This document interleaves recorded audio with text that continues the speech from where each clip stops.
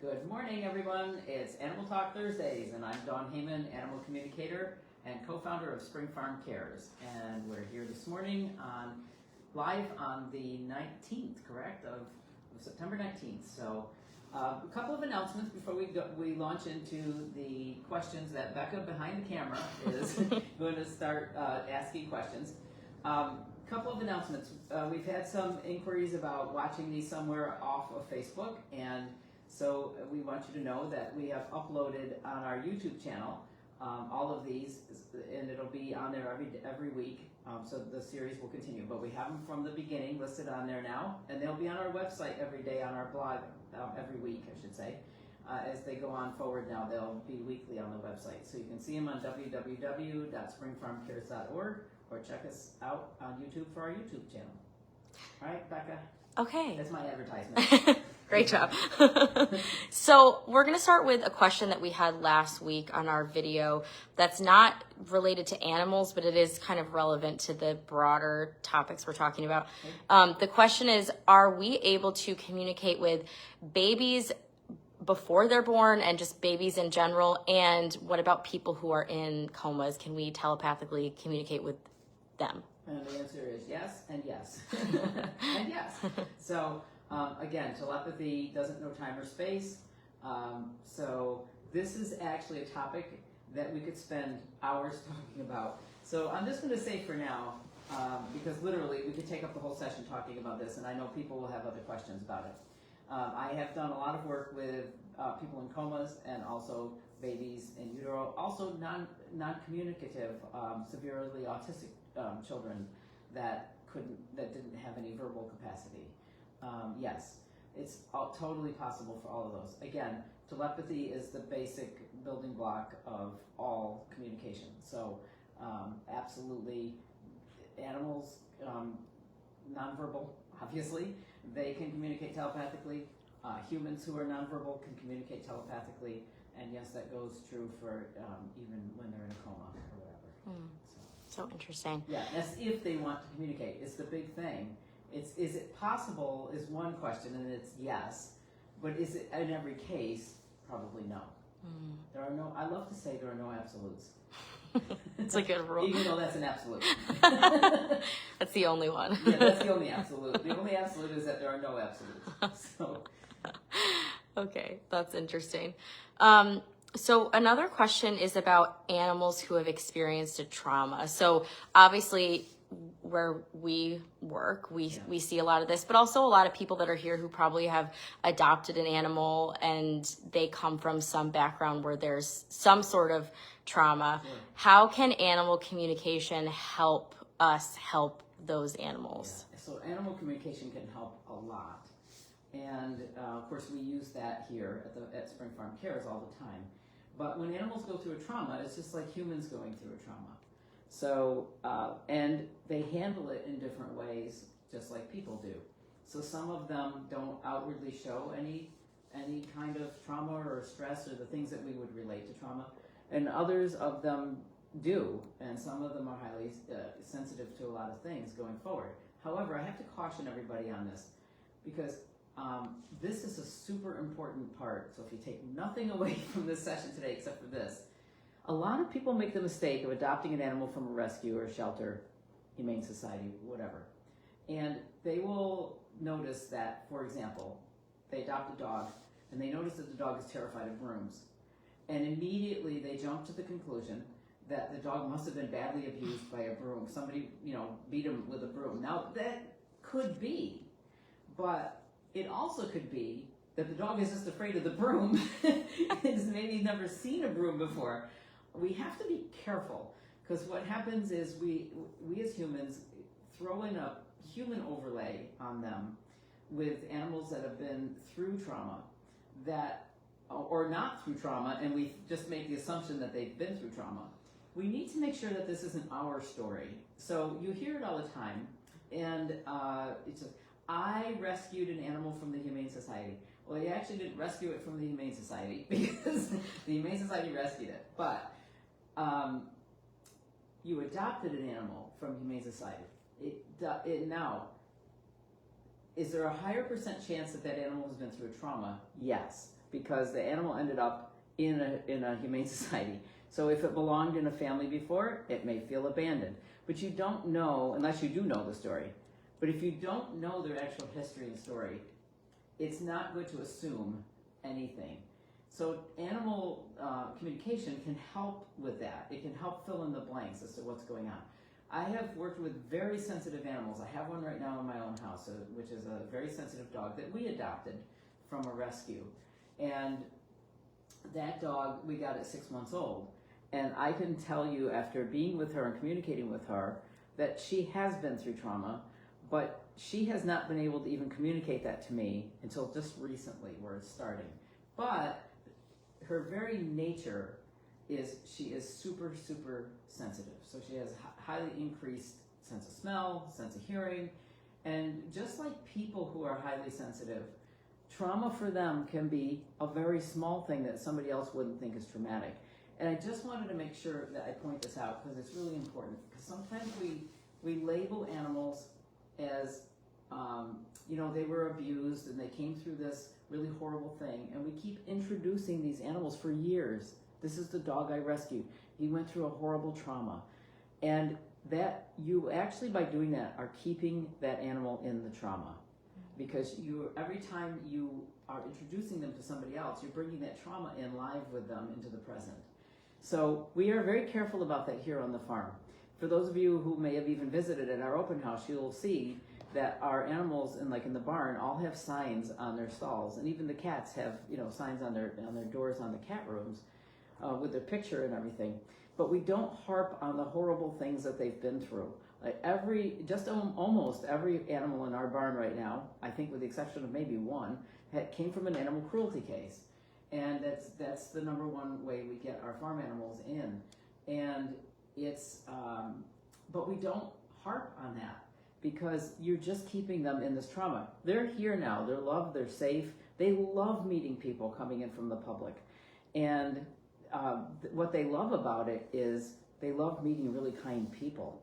And so they eat that up, and also they do their healing on the human heart as well. So animal communication can make a huge difference, but we as humans also need to be careful not to label our animals as abused or traumatized, because we're forcing that label on them.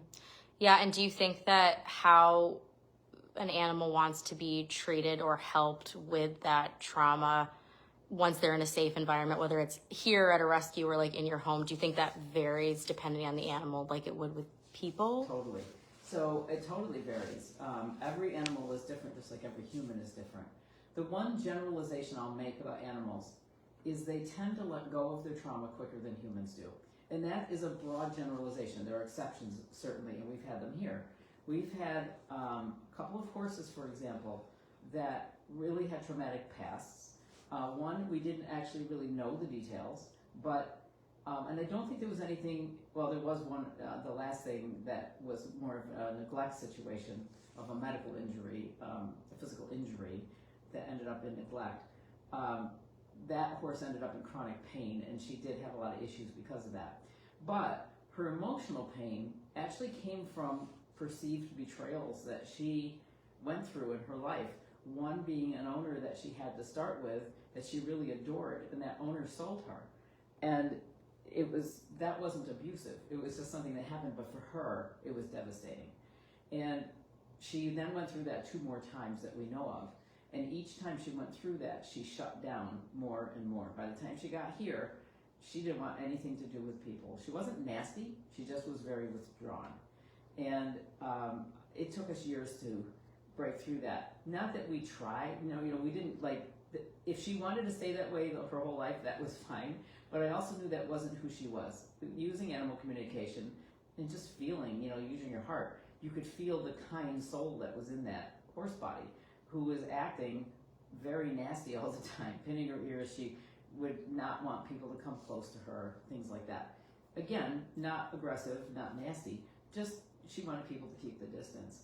And in the last year or so of her life here, she made a huge turnaround. And suddenly, she was inviting people to come up to her fence.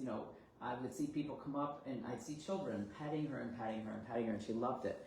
And she finally let go of that betrayal and that pain.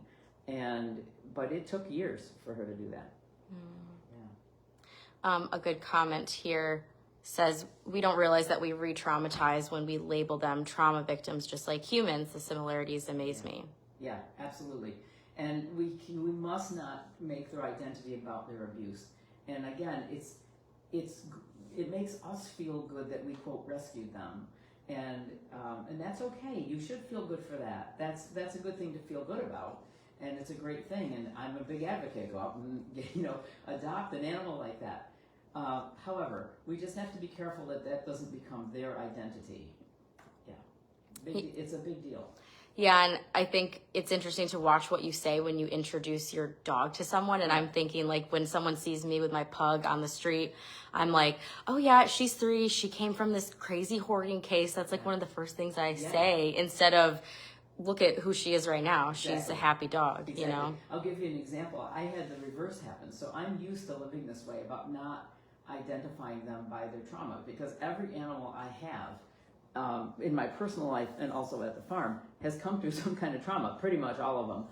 And so my partner and I fostered and then adopted. We foster failures. We never really fostered anything.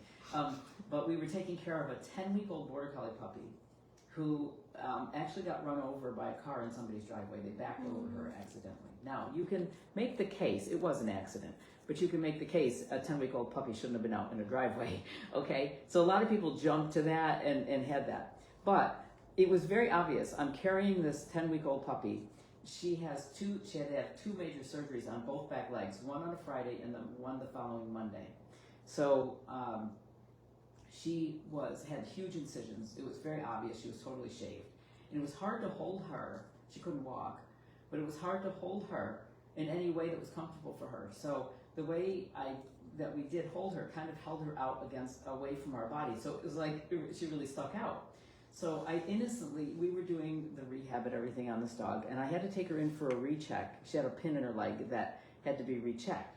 And I took her into the clinic for her recheck. And she was this delightful puppy that we were really getting to know, and we always kept up around her. You don't want to look at her constantly and go, oh my God, you poor thing. That doesn't help them.